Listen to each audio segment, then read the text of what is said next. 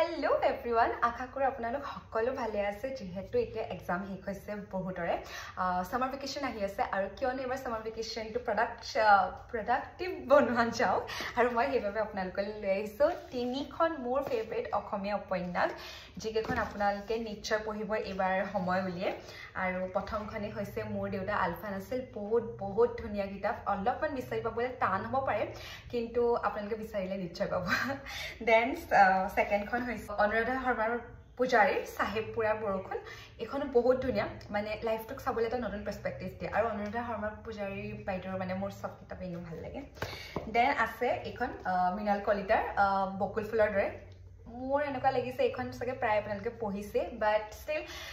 যিসকলে পঢ়া নাই তেওঁলোকে নিশ্চয় পঢ়ি চাব এখন বহুত ধুনীয়া কিতাপ বহুত ধুনীয়া কাহিনী আৰু যদি আপোনালোকক এনেকুৱা ৰেকমেণ্ডেশ্যনৰ ভিডিঅ' লাগে মোক নিশ্চয় জনাব কাৰণ মোৰ ওচৰত ঢেৰ আছে কিন্তু বৰ্তমান মোৰ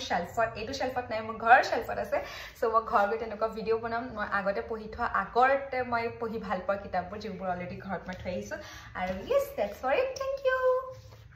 আৰু এটা কথা মই ক'বলৈ পাহৰি থাকিলোঁ ইংলিছৰ কাৰণে মই অলৰেডি এটা ভিডিঅ' বনাই থোৱা আছে ৰেকমেণ্ডেশ্যন চ' প্লিজ গ' এণ্ড চেক আউট মই লিংকটো তলত দি দিম আৰু যদি তেনেকুৱা লাগে লেট মি ন'